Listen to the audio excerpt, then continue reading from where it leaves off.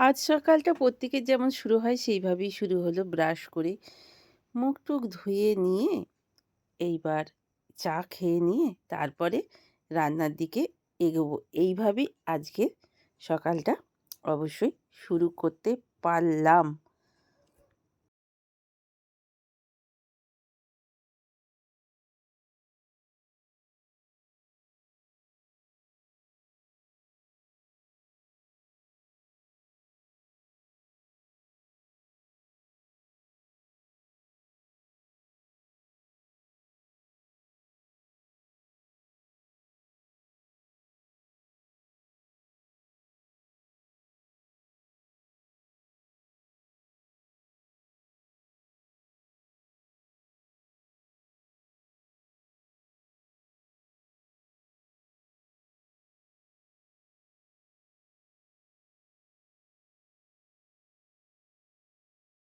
দূরে কোথাও একটা বিশ্রী মানে আমার একটুও ভালো লাগছে না, জানেন তো? কিরকম একটা মিউজিক বাজছে। প্লিজ কপিরাইট দেবেন না। তো আমার এখানে বাসন-কোসন নামানো আছে আর আমার শালু চলে এসছে খাবারের খোঁজে। হ্যাঁ, অবশ্যই ওখানে অনেক খাবারই পড়ে আছে। কালকে রাত্রে ভাত, তরকারি অনেকই পড়ে আছে। তো শালু খেতে চলে এসছে। শালু ওখানে খেতে থাকুক। আমি ততক্ষণ এখানে আমার ভাতটা হয়ে গেছে, উপর করে দিয়েছি। আর একটু এখানে ভেজে নিচ্ছি সিম আর ফুলকপি। তো কালকে রাত্রে ভীষণই হঠাৎ করে শরীরটা খারাপ হয়েছিল। তো বাচ্চু এসে দেখলো আমার গায়ে জ্বর। তো সেই জন্য বাচ্চু মনে হচ্ছে যাবে না।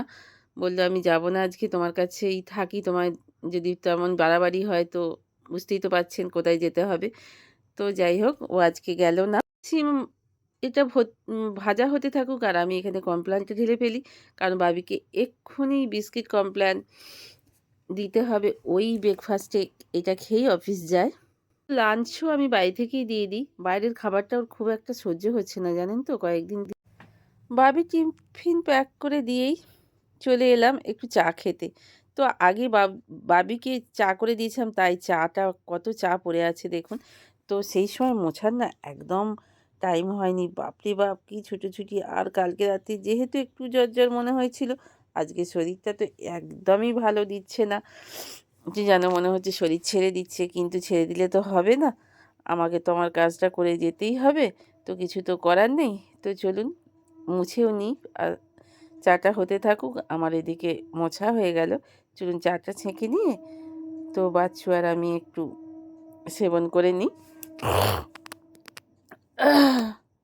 আর সবসময় এমন একটা পর্ব এসে গেছে, নাক টানা, হু-হা সবসময় নাকে একটা মানে আওয়াজই, মানুষের গলা দিয়ে একটা আওয়াজ হচ্ছে, নাক দিয়ে একটা আওয়াজ হচ্ছে, নাক টানার আওয়াজ হচ্ছে।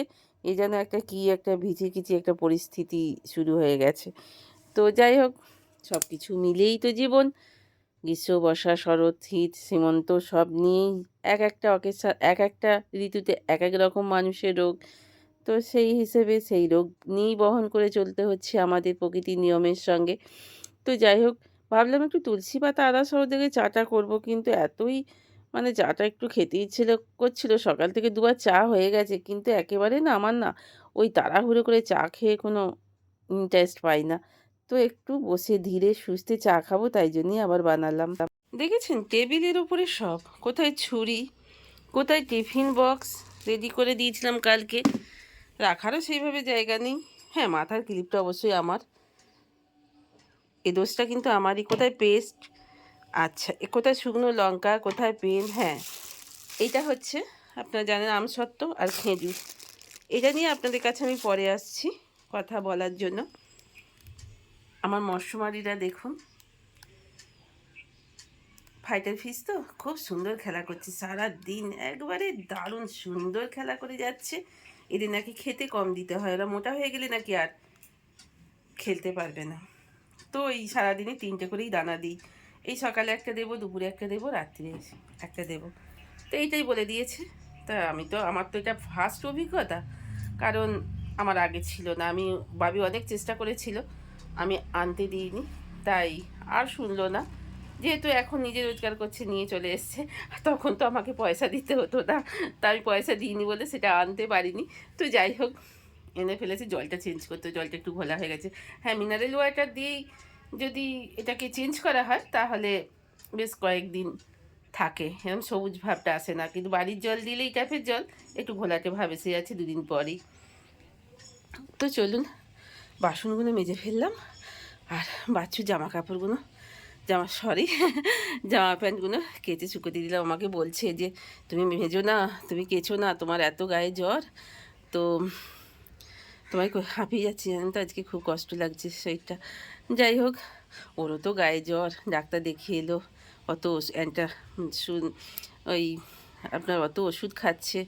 তো যাই হোক, ও তো ওরও তো আমাদের ছাড়া আমি আর বাবি ছাড়া ওরও তো কেউ নেই, মা নেই, বাবা নেই। খুব অল্প বয়সেই ওর মা বাবা চলে গেছে।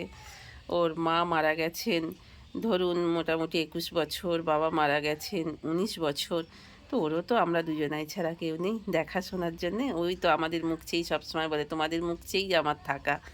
তো সেই জন্যেই ওর কষ্টটা তো আমাকেই বুঝতে হবে। আমার কষ্ট যেমন ও বুঝছে, ওর কষ্টটা তো আমি বুঝবো। তাই ও যেই বাজারে বেরিয়েছে না, তো সেই সঙ্গে সঙ্গে কষ্ট করে হলেও আমরা অনেক কিছু সহ্য করতে পারি, আমরা মেয়েরা তো আমরা পারি। তো তাড়াতাড়ি করে বাসনগুলো মেজে নিলাম, আর ওর জামা প্যান্টগুলো কেচে শুকোতে দিয়ে দিলাম। তো এবার জল গরম হয়ে গেছে, আমি স্নানটা করে আগে পুজোটা করে নিই জানেন, তারপরে আবার রান্না আছে। আজকে শুধু রান্না সেইভাবে করবো না, একটুখানি ফুলকপি আছে। আর বাজারের যা দাম, প্রচুর দাম, নাকি বলছে একটা একটা ফুলকপি যেটায় 5 টাকা, 10 টাকা, 20 টাকা, 15 টাকায় পাওয়া যাচ্ছিলো, সেটা 40 টাকা।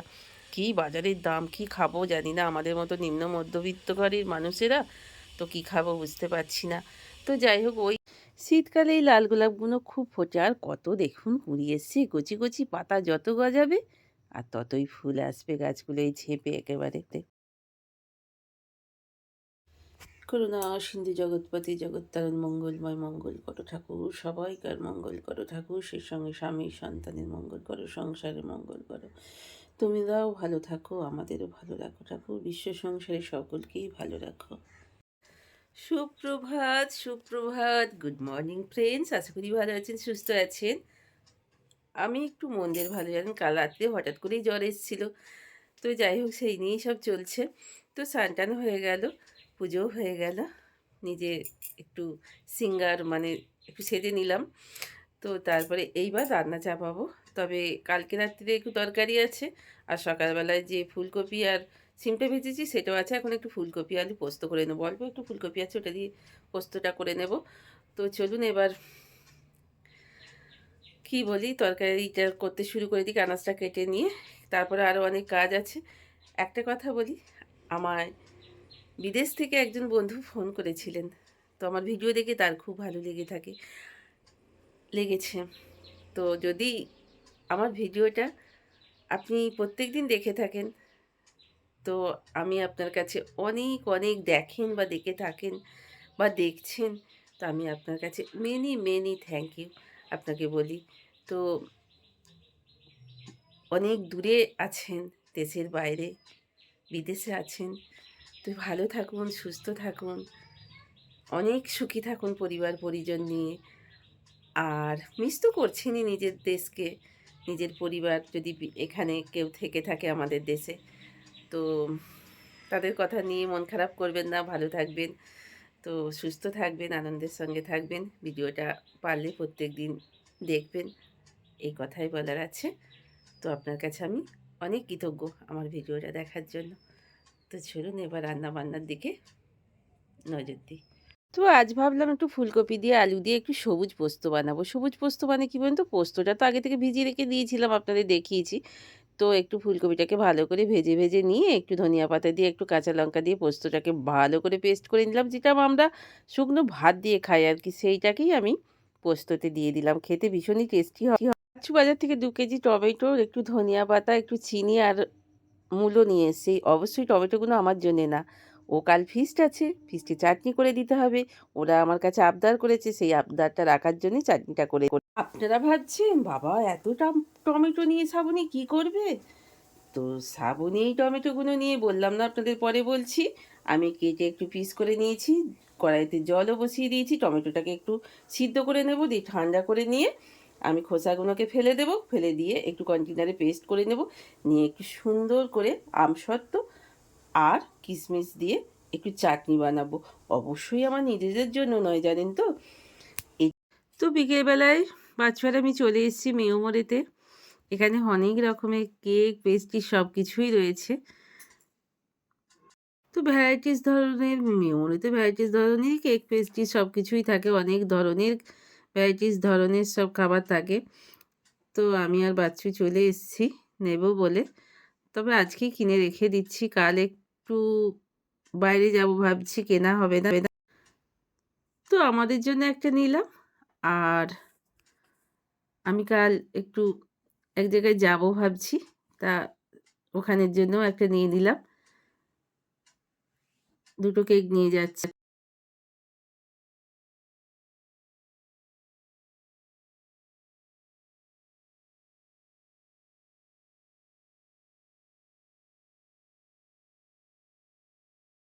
বাড়িতে এসে চাটনিটা চাপিয়ে দিয়েছি। ভালো করে পেস্ট করে নিয়েছি। পেস্ট করে নিয়ে এখানে আমসত্ত্ব আর কিশমিশ, কাঁচা লঙ্কা কুচি, আদা কুচি দিয়ে চাটনিটা বেশ ভালো করে বানিয়ে ফেলবো। অবশ্যই আমাদের জন্য নয়।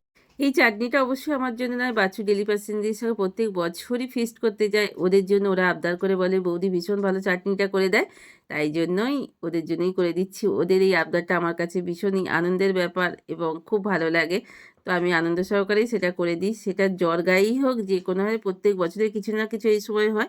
তো ভিডিওটা এখানে শেষ করলাম। ভালো করে থাকবেন, সুস্থ থাকবেন।